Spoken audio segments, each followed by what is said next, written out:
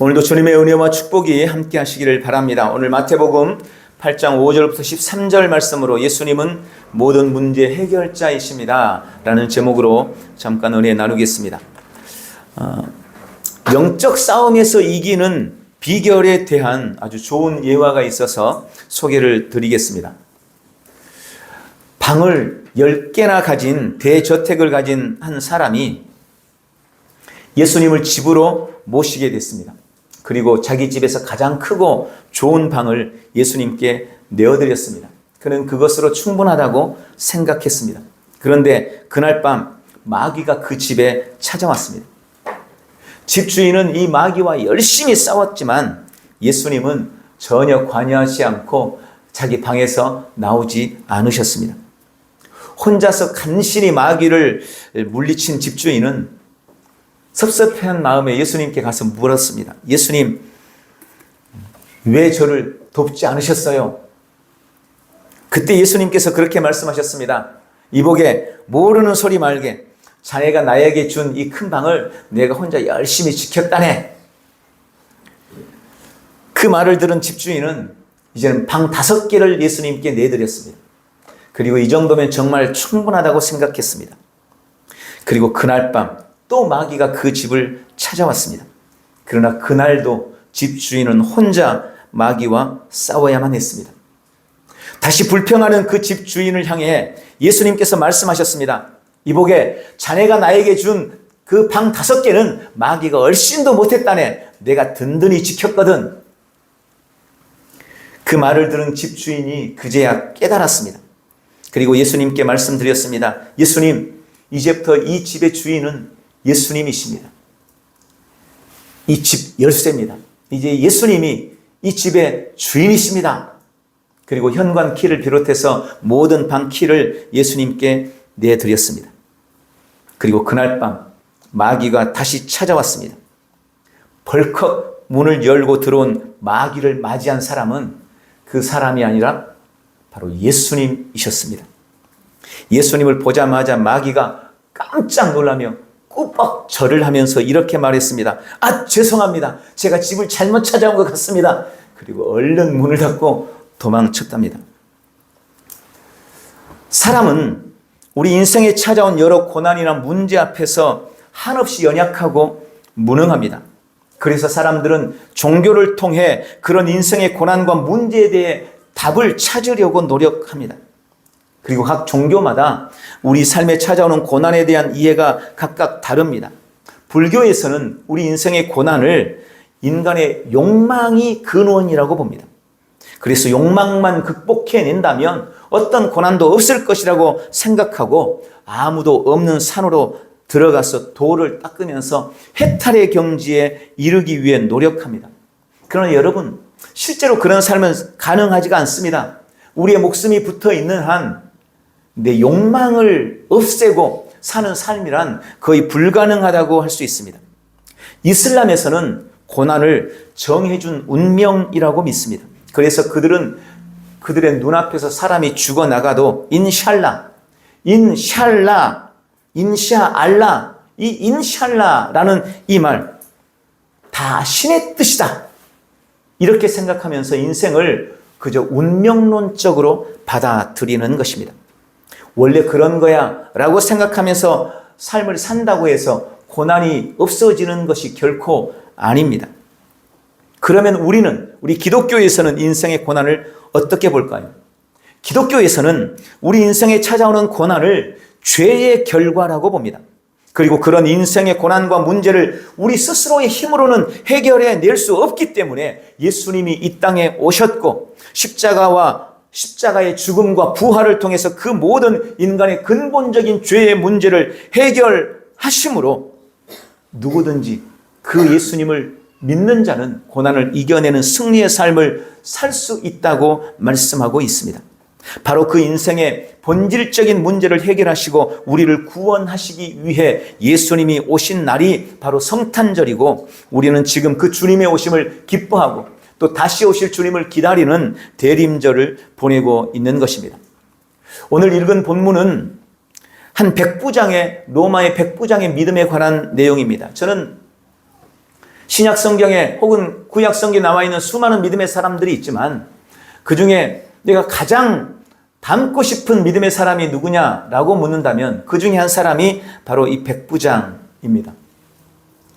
로마인이었지만 그런 놀라운 믿음을 소유했던 사람입니다. 오늘 말씀을 통해서 인생에 닥친 고난과 문제를 해결한 이 백부장의 믿음을 살펴보고 우리는 우리의 삶에 찾아오는 문제들을 어떻게 다루어 나갈 것인지, 문제 속에 사는 우리에게 주님이 주시는 약속과 말씀을 붙드는 복되고 귀한 시간 되시기를 주님의 이름으로 축원합니다. 먼저 오늘 본문에 보니까 예수님이 우리 인생의 모든 문제의 해결자라는 것을 우리는 발견할 수 있습니다.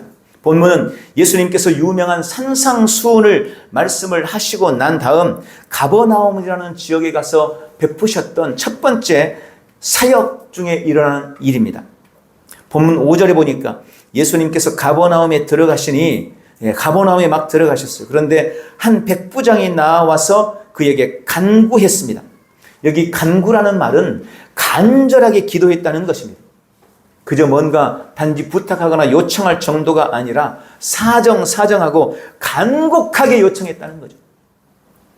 그런데 그렇게 예수님께 찾아와서 간곡하게 부탁하고 요청하고 있는 이 사람이 다름이 아닌 로마의 장교였던 백부장이었다는 것입니다. 당시 유대 민족을 통치하고 있는 통치국의 장교입니다. 유대인들이 벌벌 떨 수밖에 없는 사람입니다. 그런 그가 유대인인 예수님께 와서 지금 사정을 하고 있는 것입니다. 그리고 그가 간구하고 있는 내용도 자기 자신의 문제나 자기 아내나 자기 가족에 관한 이야기가 아닙니다. 그는 자기 집에 있는 한 종을 위해서 예수님께 간구하고 있습니다. 6절에 주여 내 하인이 중풍병으로 집에 누워 몹시 괴로워합니다. 내 하인이 괴로워합니다. 이 일 때문에 백부장이 지금 예수님께 찾아와 간구하고 있는 것입니다. 여러분 백부장쯤 되면 모르긴 해도 그 집에 하인들이 수십 명은 되었을 것입니다. 그 수십 명의 노예를 둔 백부장이 자기 집에 있는 한 노예를 위해서 예수님께 나왔다는 것은 사실 그렇게 쉽게 납득할 수 없는 놀라운 일인 것입니다. 그런 그의 모습에 예수님도 감동을 받으셨는지 7절에 보니까 그렇게 말씀하시죠. 내가 가서 고쳐주리라. 그런데 그 말에 백부장이 더 놀라운 기가 막힌 반응을 보입니다. 8절에 보니까 백부장이 대답하여 이르되 주여 내 집에 들어오심을 나는 감당하지 못하겠사오니 다만 말씀으로만 하옵소서. 그러면 내 하인이 낫겠사옵나이다. 여러분 백부장이 지금 예수님이 내가 네 집에 가서 네 하인 고쳐주겠다라고 했는데 뭐라고 말씀하신 겁니까? 아우 예수님, 저는 예수님이 우리 집에 오시는 것을 감당할 수 없습니다. 저는 감히 예수님을 우리 집에 모실 수 없습니다. 예수님을 모시기에는 우리 집이 감당이 안 됩니다. 예수님을 모시기에는 우리 집이 너무 초라합니다. 라고 말씀하고 있는 것입니다. 말하고 있는 것입니다. 그리고 말하기를 그냥 여기서 말씀만 해 주십시오. 그러면 내 종이 나을 것입니다. 그저 여기서 말씀 한마디만 해 주시면 됩니다. 라고 말하고 있는 것입니다. 그러면서 그렇게 말씀만 하셔도 되는 이유, 그렇게 말씀만 하셔도 되는 원리까지 백부장이 말합니다. 뭐라고 말합니까? 나에게도 상관이 있고 내 밑에도 수하가 있습니다. 그런데 내 상관이 나에게 오라고 하면 나는 가고 내 수하에게 내가 이것을 해라 하면 내 수하들은 그것을 합니다. 예수님이 그냥 여기서 말씀 한마디만 해주시면 내 하인이 나을 것입니다. 라고 말한 겁니다. 여러분 너무 기가 막힌 고백이 아닙니까? 유대인도 아니고 메시아에 대해서도 잘 알지도 못하는 이 로마의 백부장이 이런 기가 막힌 고백을 한 것입니다. 그리고 10절에 예수님은 이 백부장의 이 말에 깜짝 놀랐습니다. 예수께서 들으시고 놀랍게 여겨 따르는 자들에게 이르시되 내가 진실로 너희에게 이르노니 이스라엘 중 아무에게서도 이만한 믿음을 보지 못하였노라. 여러분 이렇게 점잖하게 표현됐지만 예수님이 정말 깜짝 놀랐다는 거예요. 너무 놀랐다는 거예요. 아니 어떻게 이런 믿음을 가진 사람이 있을 수가 있나. 그것도 로마인이 예수님이 그렇게 생각하셨던 것 같아요. 여러분, 백부장은 정말로 예수님을 하나님으로 믿었던 것입니다. 예수님을 우리 인생에, 내 인생의 어떤 문제도 해결하실 전능자로 본 것입니다. 눈으로 병자를 보지 않아도, 직접 가서 만나지 않아도, 그저 직접 손을 얹지 않아도, 그저 여기서 말씀 한마디만 해주시면 내 집에 있는 내 종이 나을 거다 라는 이 분명한 믿음을 백부장은 가지고 있었던 것입니다.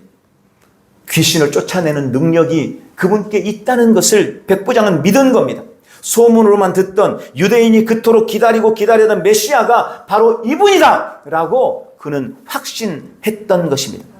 그것이 바로 이 백부장이 가졌던 믿음이었습니다. 그리고 예수님은 그 믿음을 놀랍고 귀하게 여기셨습니다. 그리고 13절에 말씀합니다. 가라, 네 믿은 대로 될지어다. 그리고 성경에 뭐라고 기록되어 있습니까? 그 즉시 하인이 나았다. 그 즉시 하인이 나았습니다. 여러분, 예수님은 이 땅에 그리스도로 오셨습니다. 그분은 우리의 모든 죄의 문제를 포함해서 인생의 모든 문제를 해결하시는 해결자로, 우리의 구원자로 이 땅에 오셨습니다. 그리고 십자가에서 그 모든 일들을 다 이루셨습니다.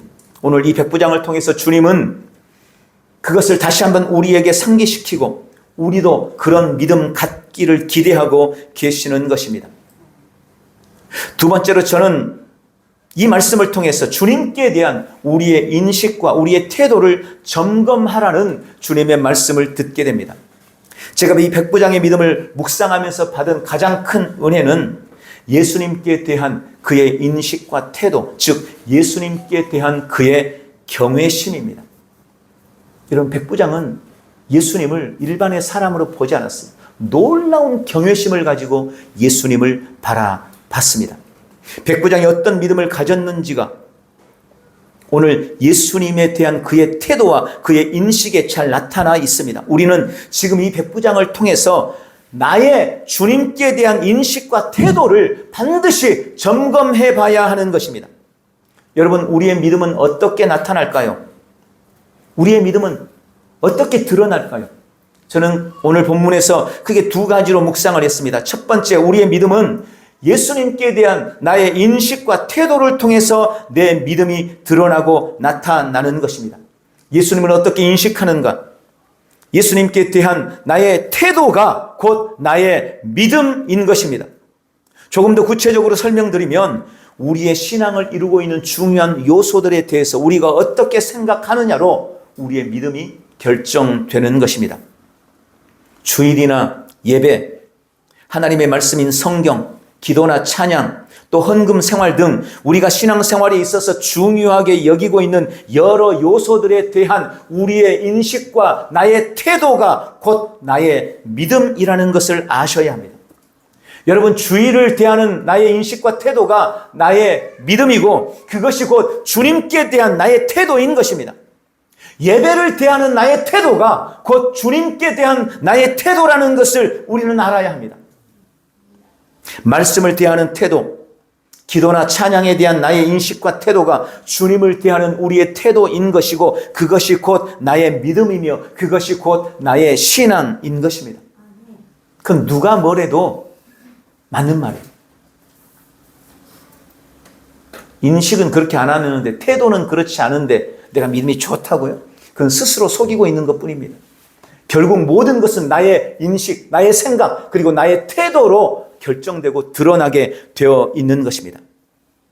어떤 사람은 겉으로 드러난 모습보다는 우리 마음, 우리의 중심이 훨씬 더 중요하지 않나고 말할 수 있습니다. 맞습니다. 우리 마음과 우리의 중심이 정말 중요합니다. 그러나 그 마음과 중심은 결국 태도로 드러나는 것입니다. 마음과 중심은 태도로 증명이 되는 것입니다. 여러분, 인간관계 안에서도 우리는 그것을 쉽게 볼 수 있습니다. 어떤 사람을 존중하고 경외하면 자연스럽게 그 사람 앞에서는 공손하게 손이 모아지는 거예요. 고개가 숙여지게 되어 있습니다. 앉아 있다가도 그 사람이 들어오면 벌떡 일어나 서게 되고, 누워 있다가도 내가 존경하고 좋아하고 경외하는 사람이 들어오면 벌떡 일어나 앉게 되어 있는 것입니다. 그건 당연한 것입니다. 누군가를 내가 깊이 사랑하면 그 사랑이 내 눈으로 나타나요. 내가 누군가를 사랑하면 그 사랑이 내 입을 통해서 나타나요. 내가 누군가를 정말 사랑하면 그 사랑이 내 몸을 통해 표현이 되는 것입니다. 너무 당연한 것입니다. 오늘 백부장을 보십시오. 백부장은 자신의 집에 예수님이 오시는 것을 감당할 수 없다고 말합니다. 이게 별것 아닌 것 같지만 저는 이것이 그가 이 예수님을 어떻게 생각하고 있는지 너무나 중요하다고 묵상되었습니다. 당시 백부장의 집이라면 그 동네에서 아마 가장 좋은 집 중에 하나였을 겁니다. 그 집이, 백부장의 집이 다른 집들에 비해서 결코 누추하지 않았을 것입니다. 만약 자기보다 높은 로마의 상관이 온다면 당연히 그는 자기 집으로 그 사람을 모시지 않았겠어요. 혹시 로마의 시저가, 로마의 황제가 그 마을에 온다면 백부장이 달려나가서 로마의 황제를 맞고 자기 집에 로마의 황제를 모시지 않았겠어요? 너무 당연한 거잖아요. 상식적인 거잖아요. 그런데 그 백부장이 예수님은 자기 집에 오는 것을 감당하지 못하겠다는 거예요. 저는 이 말을 그렇게 생각했어요. 적어도 이 백부장은 예수님을 로마의 황제보다 더 어렵고 더 두려운 존재로 인식했다는 것입니다. 그는 진짜 예수님을 하나님으로, 어떤 병도 고치는 전능자로 하나님이라고 믿었던 것입니다. 지금 자신 앞에 있는 예수라는 청년이 자기가 다스리는 민족에 별 볼 일 없는 어떤 청년이 아니라 그 앞에 엎드려 간구해야 할 분으로 자기 인생의 어떤 문제도 해결해 주실 수 있는 구세주라고 인식했고, 그래서 최상의 태도로 예수님을 대했던 것입니다. 만약 그가 그런 경외심이 없었다면 자기 집에 종들이 많잖아요. 하인들 한 사람 보내서 예수님이란 분 우리 집으로 좀 모시고 와라. 그럴 수도 있지 않았겠어요? 그러나 그는 자기가 직접 나가서 예수님을 맞이하고, 그런데 자기 집에는 올 수 없다는 겁니다. 왜? 자기 집이 예수님을 모시기에는 너무나 초라하다는 거예요. 예수님을 모시기에는 자기가 너무 감당이 안 된다는 겁니다. 너무 부담스럽다는 거예요. 그래서 그냥 여기서 말씀 한마디만 해주십시오. 그 말을 위해서 백부장은 예수님을 찾아왔던 것입니다. 그런 그의 태도가 그의 믿음인 것입니다. 저 같으면 어땠을까요? 여러분 같았으면 어떻겠습니까? 하인의 문제로 우리 집에서 부리는 사람 때문에 예수님 앞에 찾아가지도 않았겠지만, 혹시 그의 신기한 능력 때문에 갔다고 하더라도 우리 집에 가서 내 하인한테 손 좀 얹어서 기도해주고 다 낫는 거 보고 가시오, 그러지 않았겠어요? 그런데 백부장은 그렇지 않은 거예요.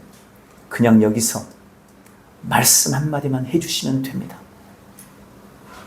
그러면 내 하인이 나을 겁니다. 이 고백을 통해서 그는 자신의 믿음을 주님께 보인 겁니다. 그게 그의 믿음이었던 거예요. 그래서 예수님이 깜짝 놀랐던 것입니다. 주님께 대한 우리의 경외감, 주님께 대한 우리의 인식, 그것이 우리의 믿음인 것입니다. 두 번째, 믿음은 우리 삶에 찾아오는 인생의 환난과 문제를 대하는 나의 태도로 드러나고 나타나게 되어 있습니다. 내 믿음이 어떠한지는 고난 앞에서 우리가 어떤 태도를 취하느냐로 드러납니다. 여러분, 당연합니다. 풍랑이는 바다에서 어떤 사람은 두려워 떨지만 어떤 사람은 주님이시면 나로 바다 위를 걷게 하십시오 라고 말하는 겁니다. 매를 든 엄마 앞에서 한 대라도 맞을까 봐 어떤 아이는 엄마를 피해 도망치지만 어떤 아이는 매를 두려워하지 않고 엄마 죄송해요 라면서 도리어 엄마 품으로 안기는 아이가 있는 겁니다. 저는 오늘 백부장이 그랬다고 생각해요. 지금 우리 삶에 찾아오는 닥쳐있는 여러 인생의 문제 앞에서 우리는 어떤 태도를 보이고 있습니까? 문제 앞에서 염려하며 낙담하며 두려워 떨고 있습니까? 아니면 주님이 해결자이심을 믿고 주님께 맡기고 의지하며 안심하고 있습니까? 이 시간 한번 스스로 답을 해보시기 바랍니다. 그리고 그 답이 여러분의 믿음입니다. 주일에 대한 여러분의 태도, 예배에 대한 여러분의 태도, 말씀에 대한 나의 태도를 보시면서 주님이 야, 네 믿음이 크구나 이렇게 말씀하시겠습니까? 혹시 우리 인생의 문제 앞에서 그 문제를 바라보고 그 문제 앞에서 취하는 나의 태도나 나의 모습을 보시면서 예수님이 야, 도대체 네 믿음이 어디 있느냐 라고 말씀하시지는 않으시겠습니까? 오늘 주님을 대하는 우리의 태도에 경외감이 넘치기를 주님의 이름으로 축원합니다. 문제 환경 앞에서 언제나 담대하시기를 바랍니다. 믿음을 인정받는 복되고 귀한 성도들이 다 되시기를 예수님의 이름으로 축원합니다. 마지막으로 예수님이 다 이루셨습니다. 이것을 믿으시기 바랍니다. 그때 백부장의 하인의 문제를 해결하셨던 주님, 그 하인을 고치셨던 주님은 십자가와 부활로 우리 인생의 모든 문제를 완전히 해결하시고 우리를 완벽하게 구원하셨습니다. 그 일을 위해서 예수님이 오셨고 그 일을 위해서 십자가 지셨고 부활하심으로 그 모든 것들을 이미 다 이루신 것입니다. 그리고 지금 삶의 문제를 만나 고민하는 우리에게 그 주님이 두 가지를 요구한다고 저는 믿습니다. 첫 번째, 믿으라고 말씀합니다. 믿으십시오. 예수님은 십자가를 지고 우리를 위한 모든 대속을 다 이루셨습니다. 죄의 문제, 사탄 마귀의 문제, 하나님을 잃고 떠나버린 우리 인생의 본질적인 문제를 십자가로 다 해결하셨습니다. 그리고 부활로 우리에게 완전한 이김과 승리를 주셨습니다. 그것을 믿으십시오. 예수님은 우리 인생의 모든 문제 해결자이십니다. 그분 앞에 나오는 자를 주님은 결코 외면하지 않으십니다. 모든 눈물을 닦아주시고 상처받은 심령을 싸매주시고 만져주시고 병든 육체를 고쳐주시는 분이십니다. 그것을 믿으십시오. 그때 백부장의 하인을 고치셨던 그 주님이 지금도 말씀을 보내서 우리를 고치고 우리를 건지고 문제를 해결해 주십니다. 그것을 믿으십시오.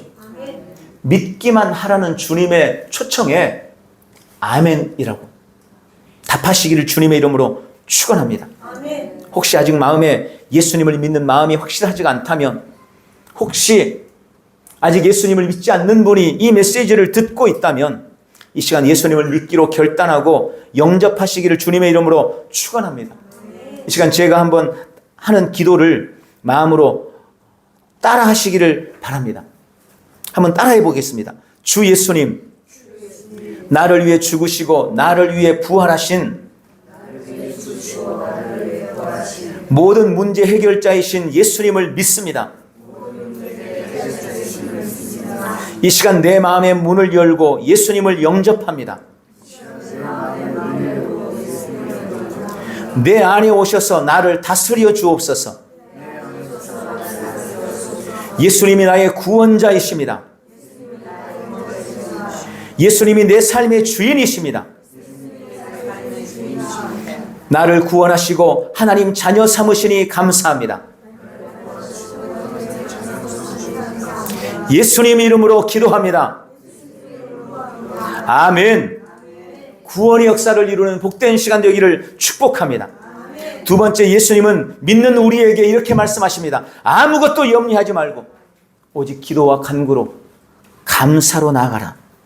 여러분, 불신자는 예수님을 믿지 않으므로 예수님이 해결자임을 몰라서 여전히 고통당하고 있습니다. 그런데 많은 성도들이 예수님이 해결자임을 알고 믿는다고 하면서 기도하지 않기 때문에 여전히 고통 가운데 있습니다.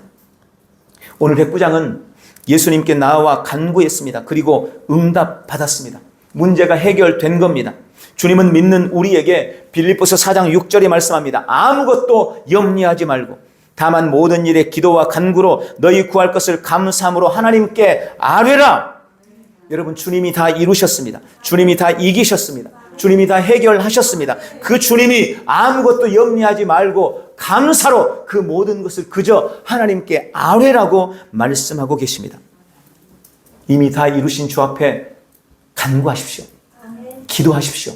무엇보다 감사하십시오. 예수님을 믿는다고 하면서도 문제 앞에서 너무나 쉽게 낙심하고 염려하는 사람들이 있습니다. 안타깝지만 그것이 그들이 말씀을 대하는 태도, 잘못된 태도인 겁니다. 말씀을 받고 말씀을 들으면서 그것을 내 삶에 적용하지를 못해요.